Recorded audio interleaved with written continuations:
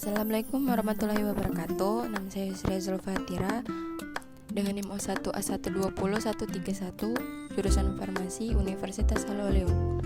Saya akan mempresentasikan materi biokimia yang berjudul gangguan enzim pencernaan dan cara mengatasi. Pencernaan secara umum.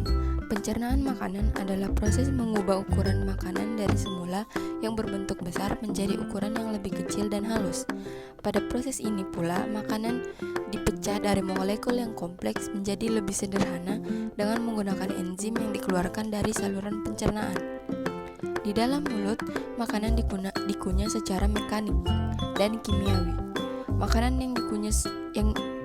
yang sudah dikunyah akan melewati faring atau persimpangan saluran dari rongga mulut ke kerongkongan. Setelah melewati faring, makanan kemudian masuk ke kerongkongan. Di dalam kerongkongan, makanan akan didorong menuju ke lambung.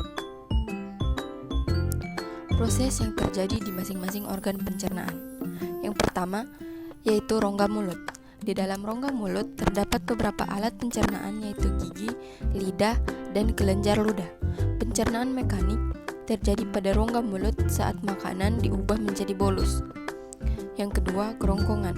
Kerongkongan merupakan saluran penghubung antara mulut dengan lambung. Melalui kerongkongan, makanan didorong masuk ke dalam lambung dengan gerak peristaltik. Makanan hanya membutuhkan waktu 6 detik untuk sampai ke dalam lambung dari mulut. Yang ketiga, lambung. Lambung terletak di dalam rongga perut di bagian atas di bawah diafragma. Lambung memiliki dinding yang elastis sehingga dapat menyimpan makanan dengan kapasitas 2-4 liter. Makanan dicerna di dalam lambung kurang lebih 6 jam. Setelah itu, cai meninggalkan lambung menuju usus halus. Yang keempat yaitu usus halus. Usus halus merupakan tempat terjadinya pencernaan secara kimiawi dan tempat penyerapan zat-zat makanan. Makanan yang masuk ke dalam usus halus ini bercampur dengan enzim yang dihasilkan dari hati dan pankreas. Yang kelima, usus besar. Air dan makanan yang tidak tercerna selanjutnya masuk ke dalam saluran pencernaan makanan yang disebut usus besar. Fungsi utama usus besar adalah menyerap air yang masih ada dalam saluran pencernaan. Dan yang terakhir yaitu anus. Anus merupakan organ terakhir dalam saluran pencernaan makanan. Organ ini berfungsi sebagai tempat pengeluaran fases dan gas hasil pembusukan sisa 42 makanan. Proses pengeluaran fases dari anus disebut buang air besar. Sedangkan proses pengeluaran gas melalui anus disebut buang angin. Enzim. Enzim yang terkait dalam organ pencernaan. Yang pertama, pada lambung. Pada lambung terdapat enzim pepsin yang berfungsi mengubah protein menjadi pepton. Yang kedua, renin berfungsi mengubah kaseinogen menjadi kasein atau protein susu dan mengendapkan kasein susu. Yang ketiga, lipase gastrik berfungsi mengubah trigliserida menjadi asam lemak.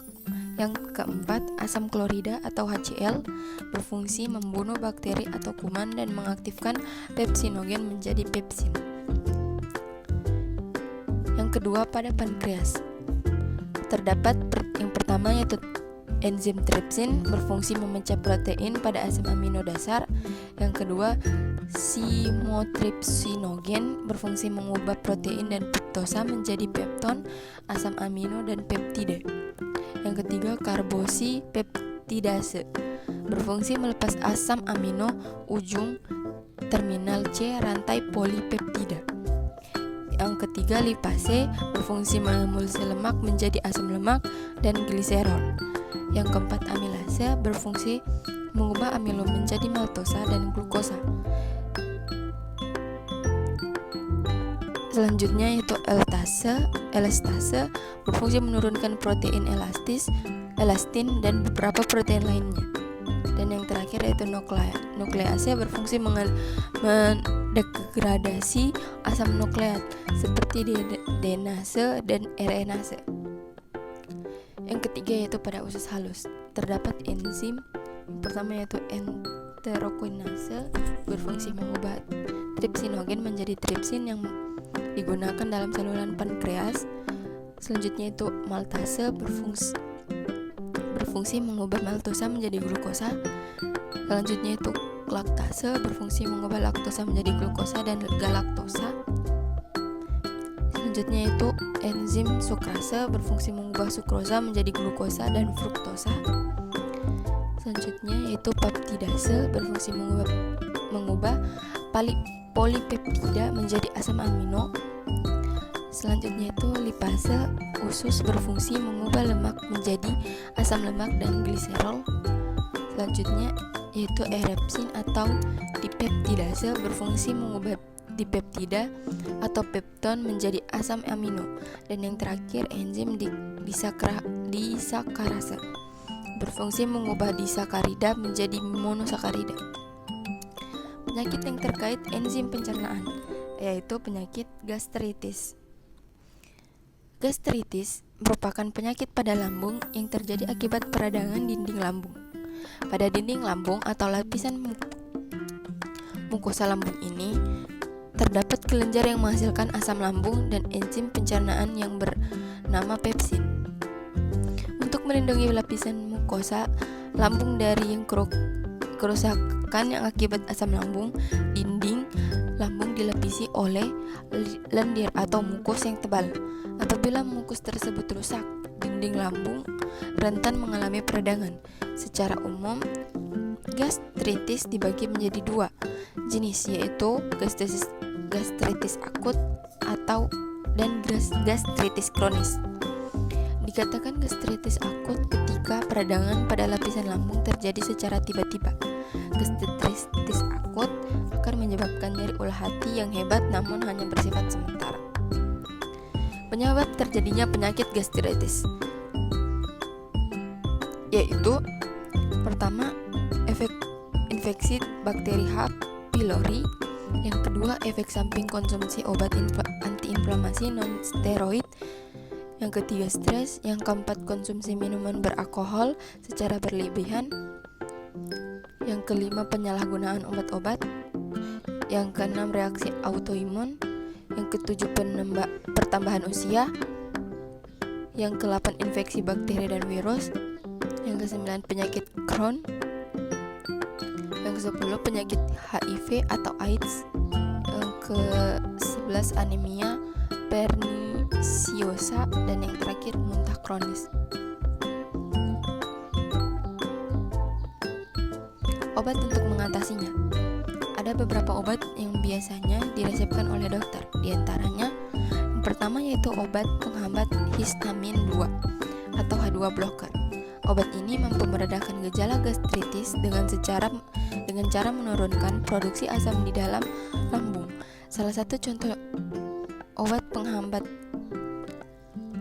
histamin 2 adalah ranitidine. Yang kedua yaitu obat penghambat pompa proton atau PPI. Obat ini memiliki kinerja yang sama seperti penghambat histamin 2, namun lebih efektif. Salah satu contoh obat penghambat pompa proton adalah omeprazole. Yang ketiga yaitu obat antasida. Obat ini mampu meredakan gejala gastritis, terutama rasa nyeri secara cepat dengan cara menetralisir asam lambung. Dan yang terakhir yaitu obat antibiotik. Obat ini diresepkan pada penderita gastritis yang kondisinya diketahui disebabkan oleh infeksi bakteri.